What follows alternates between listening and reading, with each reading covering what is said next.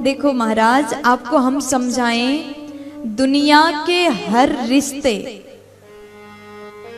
हमेशा काम नहीं आएंगे। आप जिसको अति प्रेम करते हो ना, वो भी एक दिन आपको छोड़ करके अवश्य चले जाएंगे। आप यहाँ पर कहते हैं कि हम इनके बिन बिल्कुल जी नहीं पाएंगे, अगर ये ना हो तो हमारा क्या होगा। लेकिन दुनिया का नियम है, संसार की रीत है, जो आया उसको जाना अवश्य ही पड़ेगा। जगत में जो भी जन्म लेता है उसको अवश्य ही जाना ही पड़ता है। इसलिए संसार के रिश्तों के ऊपर इतना ज्यादा डिपेंड मत रहिए। कभी भी ऐसा मत सोचिए कि किसी के बिना हम जी नहीं पाएंगे, हम तो मर ही जाएंगे। दुनिया में हैं, संसार में आप रहते हैं, तो यहाँ के रिश्तों का पालन करना जरूरी है, रिश्ता को निभाना जरूरी है। लेकिन वहीं पर आसक्त होना गलत बात है। आज आत्मदेव जी को खूब समझाया, महाराज आपके पास में भगवान ने सब दिया, आप जात से ब्राह्मण हैं, आप ज्ञानी हैं, थोड़ा भजन कर लीजिए। जितना आप संतान के लिए रो रहे हैं ना, अगर आप भगवान के लिए रोते तो भगवान आपका बेड़ा पार कर देते। लेकिन देखो, जब तक व्यक्ति समझना ना चाहे तब तक चाहे कितना समझाओ उसे समझ में नहीं आएगा। ब्राह्मण ने सोचा है कि मुझे पुत्र चाहिए, यहाँ साधु बाबा ने इतना सारा उपदेश दिया, लेकिन एक भी बात उनको समझ में नहीं आई। ब्राह्मण बोले कि महाराज साधु संत तो कृपा करते हैं, अगर आप चाहेंगे तो हमारे घर में बालक अवश्य होगा, इसलिए एक काम करिए, पुत्र हमें प्रदान करिए। अब साधु बाबा कहते, कैसे हम आपको बालक दें, आपके भाग्य में एक जन्म तो क्या 7 जन्म तक संतान सुख है ही नहीं, तो ये असंभव है। ब्राह्मण बोले कि महाराज साधु संतों की अगर कृपा हो जाए तो असंभव को भी संभव बना सकते हैं, और मुझे विश्वास है आप अवश्य कृपा करोगे। आप हमको पुत्र दे दीजिए, अगर नहीं दिया तो मैं मर जाऊंगा, और ये आत्महत्या, ये ब्रह्म हत्या का पाप किसी और को नहीं आपको लग जाएगा। जैसे सुन लिया, इतना जिद कर रहे हैं, तो साधु बाबा ने एक फल को अभिमंत्रित करके प्रदान किया, इसको ले जाइए अपनी पत्नी को खिला दीजिए, आपके घर में बेटा होगा। अब तो आत्मदेव जी ने जैसे फल को हाथ में लिया, बड़े खुश हुए। अब तो जल्दी से घर गए, पत्नी को बुलाया और पत्नी से कह रहे हैं, देवी इस फल को खा लो, हमारे घर में संतान होगा। धुंधुली आई, उस फल को लिया और सोचने लगी। पति के सामने कह दिया कि स्वामी थोड़ी देर बाद में पूजन करके भगवान का दर्शन करने के बाद फल को ग्रहण करूंगी। लेकिन उस फल को लेकर के सोचने लगी, अगर फल खाऊं तो बालक होगा, क्या पता होगा नहीं होगा, कोई गारंटी तो नहीं है, शंका भी है। मन में कई प्रकार के भाव आए, अगर सच में बालक हो गया तो उस समय में मैं क्या करूंगी। जब माताएं गर्भवती होती है ना, तो उस समय उनके ननंद जो है घर में आकर के भाभी जी की सेवा करती है, घर को संभालती है। लेकिन धुंधुली को ये भी चिंता है कि मेरे घर में जब बालक होने वाला होगा, ननंद आएंगी, और अगर वो आ गई तो क्या पता पूरे घर को साफ न कर दे। ये भी समस्या है, प्यार से बोलो। कुछ कुछ भाभियों को इसी बात की टेंशन लगी रहती, ननंद ना आ जाए, अगर ननंद आएगी तो घर साफ कर देगी। कभी कभी जो घर की बहुएं होती है ना, सब ऐसे नहीं होते, कुछ बहुएं ऐसे भी होते ननंद को अति प्रेम करते हैं। लेकिन कभी कभी ऐसे भी लोग मिल जाते हैं, अगर ननंद घर पे आई तो अपने छोटे छोटे बच्चों को बिल्कुल पीछे ही लगा देते, जाकर के देखना कहीं हम तुम्हारी दादी कुछ दे करके ना भेजे। हो सकता है नई नई साड़ी उनको दे, नई जेवर उनको दे, इसलिए अपने छोटे छोटे बच्चों को बिल्कुल पीछे लगा देते हैं। हर एक बात को देखना और आकर के हमको बताना। देखो ये बात गलत है, आप अपने बच्चों को इस प्रकार से बिगाड़ रहे हैं, ये गलती कभी भी नहीं करना चाहिए। जहां पर ननंद भाभी में प्रेम हो, सास बहू में प्रेम हो, वो घर स्वर्ग बन जाता है। आपके परिवार में रहने वाले हर लोग आपस में मिलकर के अगर रहते हैं, एक दूसरे को अपने मन की बातें बताते हैं, तो वो घर स्वर्ग समान हो जाता है।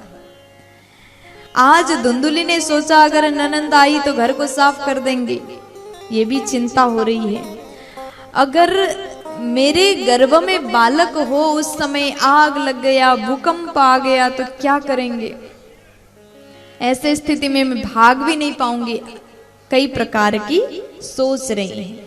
इतना ही नहीं, धुंधुली ने यहां तक सोचा, लालने पालने दुखम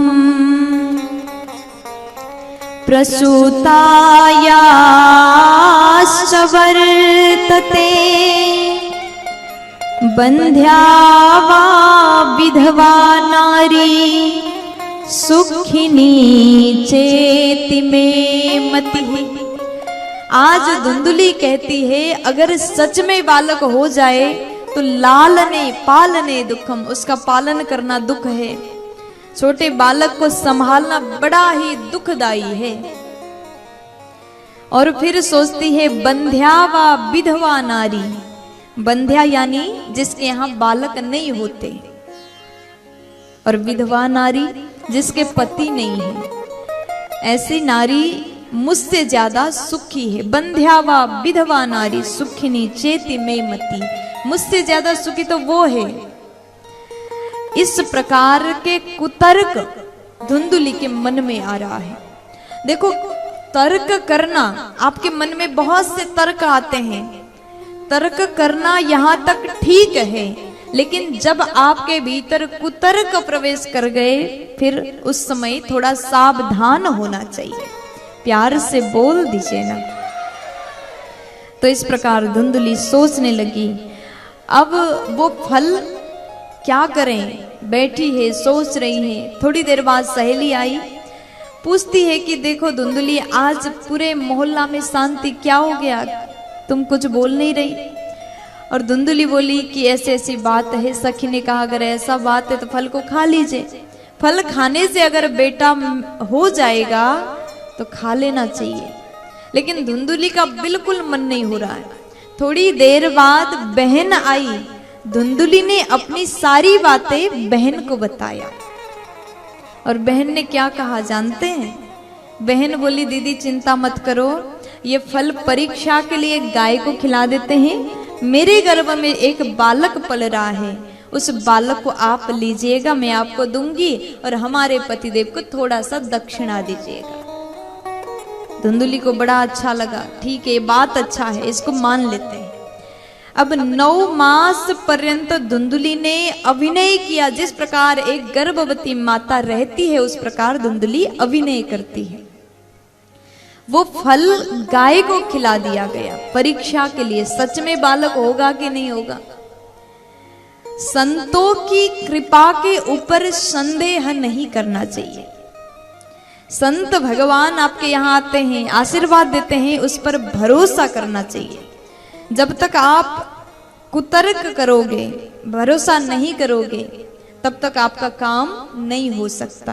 प्यार से बोलो, जोर से बोल दीजिए ना। तो आज जैसे गाय को वो फल खिलाया, 9 मास पर्यंत अभिनय करती धुंधुली। 9 महीने बीतने के बाद में गाय के यहाँ भी एक बालक होता है। पहले बहन के यहाँ बेटा हुआ तो धुंधुली ने पति को कहा हमारे घर में बालक हुआ। सबको खबर पहुंच गया, पूरे गांव में, पूरे नगर में हल्ला हुआ, आत्मदेव के घर में बेटा हुआ है। सब कोई आए, खूब खुशियां मनाए, लड्डू बांटा गया। उसके 3 मास बाद, 3 महीने बाद गाय ने एक संतान को जन्म दिया। शरीर मनुष्य के समान है और कान गाय के समान है, इसलिए उनका नाम हुआ गोकर्ण जी महाराज। बोलिए गोकर्ण जी महाराज की। अब बालकों की जन्म का उत्सव आत्मदेव के घर में हुआ और उसके बाद में जो धुंधुली है उसने अपने पुत्र का नाम रखा धुंधुकारी। दोनों बालक धीरे धीरे बड़े हो रहे हैं। ये जो धुंधुकारी है खेलने जाता है, बच्चों को मार के आता है, कुएं में धक्का दे के आता है। तो शाम के समय बच्चों के माता पिता आकर के आत्मदेव जी से शिकायत करते हैं। देखो, हमें लगता है कि आप तो इतने ज्ञानी हैं, आप इतने विद्वान हैं, आपको देख करके ऐसा नहीं लगता कि बेटा आपका है। आप इतने अच्छे हैं तो अपने बेटा को भी अच्छा संस्कार दे देते। आपके बेटा बिगड़ा हुआ है, हमारे बच्चों को रोज मारता है, रोज परेशान करता है। रोज रोज यही शिकायत सुन करके आत्मदेव जी को बड़ा दुख हो रहा है, कष्ट होता है। आत्मदेव जी महाराज सोचते हैं, सब कोई आज इस बेटा के कारण मुझे बातें सुना रहे हैं। देखिए, एक पिता को उस समय बड़ा दर्द होता है जब पिता के सामने आकर के कोई उनके बच्चों की बुराई करे। तुम्हारा बेटा ऐसा है, बिगड़ा हुआ है, संस्कार नहीं दिया क्या? इसलिए अपने बच्चों को बचपन में अच्छी संस्कार दीजिएगा। सत्संग में लेकर के चलिए, बच्चों को सत्संग में रखिए। संतों के द्वारा जो उपदेश मिल रहा है बच्चों को सुनाइए। अगर आप बच्चों को बचपन से संस्कार दोगे तो बड़े होकर के वो बच्चा आपका नाम रोशन करेगा। देखिए, उस समय आपको कोई आकर के कह दे कि देखो आपने अपने बेटा को बड़ा अच्छा संस्कार दिया, तो उस समय पिता का सीना गर्व से चौड़ा होता है, अत्यंत प्रसन्न होता है। लेकिन कोई आकर के कह दे कि क्या कर रहे हैं, अपने बेटा को थोड़ा सुधारो, दिन भर दारू पी करके रोड में लेटा रहता है, तो उस समय कितना कष्ट होता है। इसलिए बचपन से ही सुंदर संस्कार देना चाहिए। प्यार से बोलो। आज आत्मदेव जी महाराज को जैसे ऐसी बातें सुनने को मिला, उनको बड़ा दुख हुआ, अति कष्ट हो रहा है। महाराज ने सोचा कि मैंने बेटा के लिए जितना रोया था उतना अगर भगवान के लिए रोता तो मुझे भगवान मिल जाते। संतों के पास में जाकर के एक बेटा को मांगा, मुझे संतान दे दो, रो रो करके मांगा और संतान मिला। तो ऐसा संतान मिला, ऐसे संतान किसी काम के नहीं जो माता पिता को रुला दे। हर बच्चों को चाहिए अपने माता पिता का सम्मान करना। माता पिता अपने बच्चों को पढ़ाने के लिए, आगे बढ़ाने के लिए कितना मेहनत करते, कितना कष्ट उठाते हैं। बच्चों को भी चाहिए माता पिता का सम्मान करें, उनके हर बात का ख्याल रखें, माता पिता के हर आदेश का पालन करें। ये बच्चों का कर्तव्य है। माता पिता का कर्तव्य बच्चों को सही उपदेश देना है। प्यार से बोल दीजिए ना। अब आज आत्मदेव जी को वैराग्य हुआ। गोकर्ण जी महाराज तो तीर्थ यात्रा करने के लिए चले गए हैं। इधर आत्मदेव जी महाराज विचार करते, ऐसे घर में रहने से अच्छा मैं निकल जाता हूँ, वन में जाकर के हरि का भजन करता हूँ, उसी में हमारा कल्याण है। आत्मदेव जी जैसे घर से निकले जंगल की ओर प्रस्थान कर रहे हैं, इतने में गोकर्ण जी महाराज आए। गोकर्ण जी ने पिताजी को प्रणाम किया और पूछा कि पिताजी आप कहाँ जा रहे हैं? आत्मदेव जी कहते, देखो बेटा, मैं अब समझ गया, मुझे ये बात पता चल गया कि संसार के लोगों पर इतना भी भरोसा नहीं करना चाहिए। आज कल में जिस पुत्र के लिए रो रहा था, आज वही पुत्र द्वारा मुझे कष्ट हो रहा है। ऐसा बेटा होने से अच्छा तो ना होता, वो सही था। आज आत्मदेव जी की बातों को सुन करके गोकर्ण जी कहते, पिताजी आपने बिल्कुल सही सोचा। आप वन में जाइए और भागवत के 10वें स्कंद पाठ करिए और अपने जीवन को धन्य बनाइए। सुंदर उपदेश दिया है। देहे स्थिमान सरुधिरे भीमतिं त्यजत्वां जाया सुतादिषु सदा ममतां विमुञ्च पश्यानि सं जगदिदं क्षणभङ्गनिष्ठम्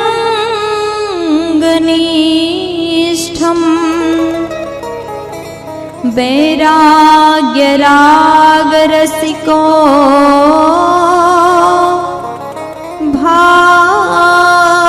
भावभक्ति निष्ठः।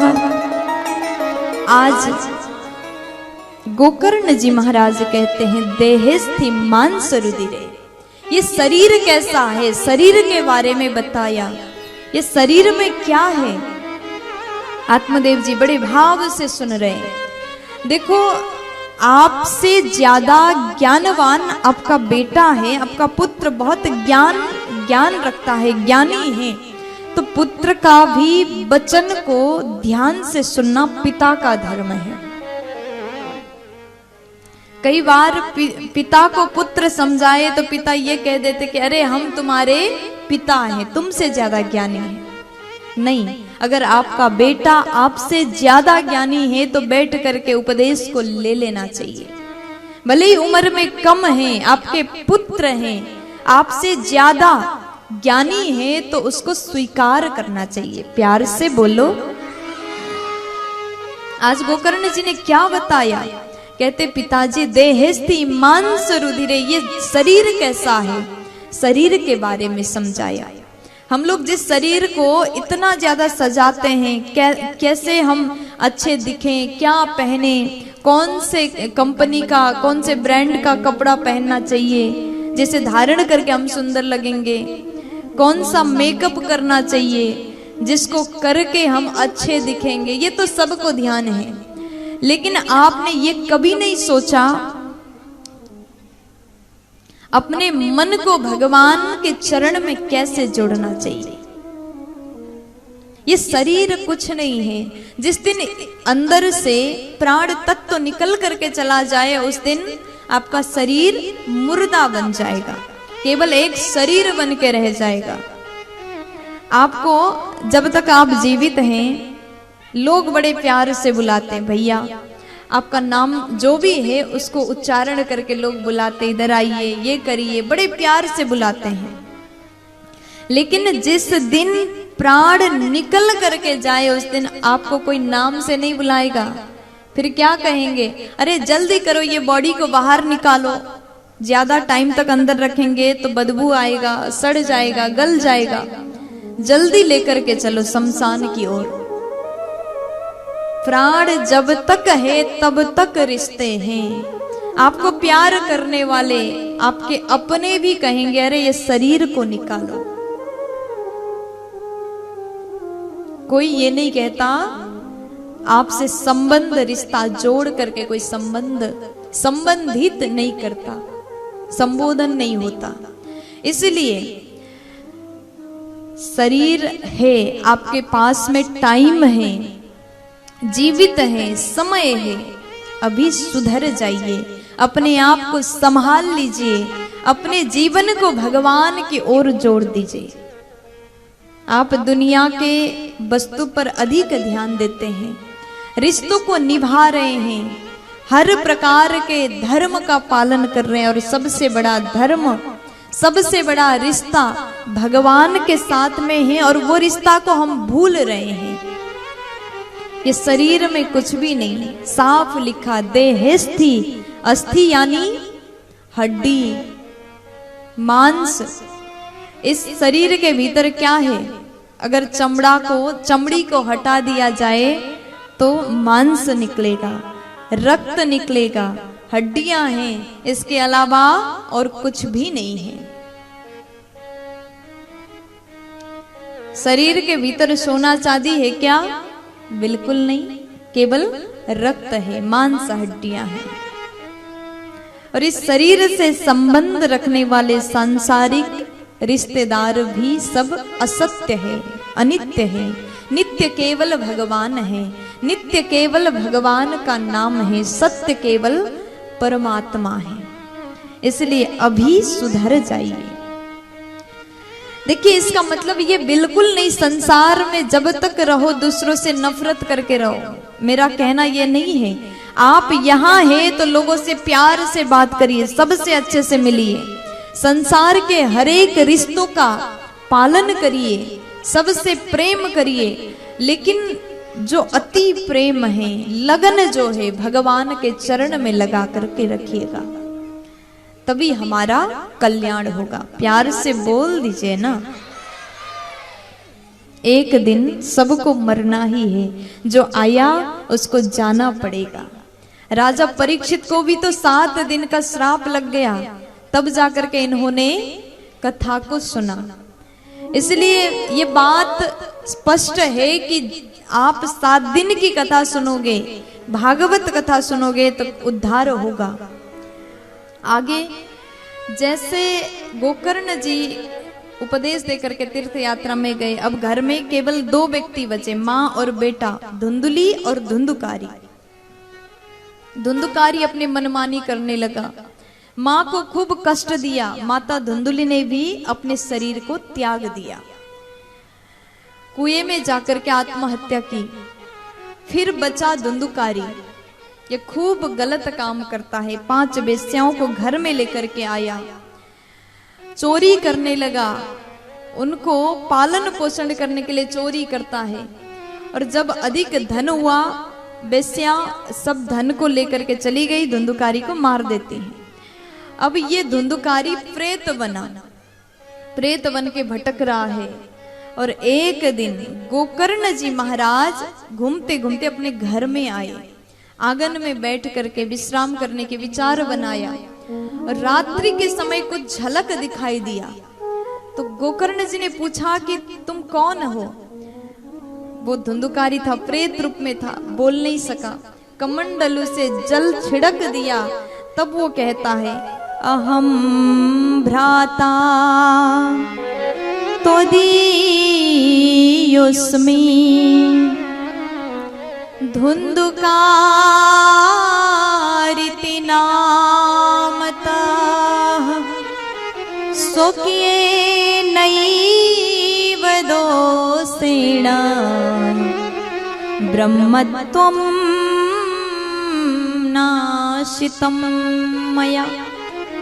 मैं आप ही का भाई धुंधुकारी, और उस अपने ही गलत कर्म के कारण से हम भूत बन गए। इसलिए भैया कुछ उपाय कर दीजिए, हमारे उद्धार के लिए आप कुछ न कुछ अवश्य करिए। गोकर्ण जी बोले, ठीक है, अगर ऐसी बात है तो प्रातः काल तक प्रतीक्षा करो। प्रातः हुआ, प्रातःकालीन समय में गोकर्ण जी महाराज ने स्नान ध्यान करके सूर्य देव को अर्घ्य दिया।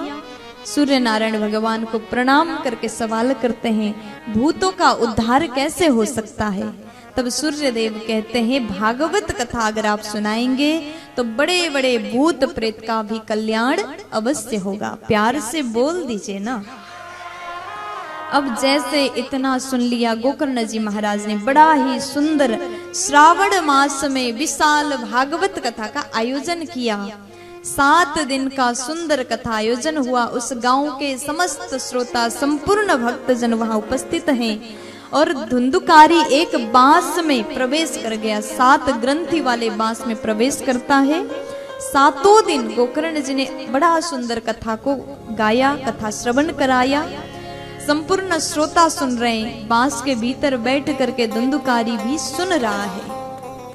7 दिन बाद जैसे कथा का विश्राम हुआ, बैकुंठ से दिव्य विमान आया और उस विमान में दिव्य रूप धारण करके धुंधुकारी बैठ गया और धुंधुकारी भगवत धाम को प्राप्त करता है। बोलिए भागवत महापुराण की।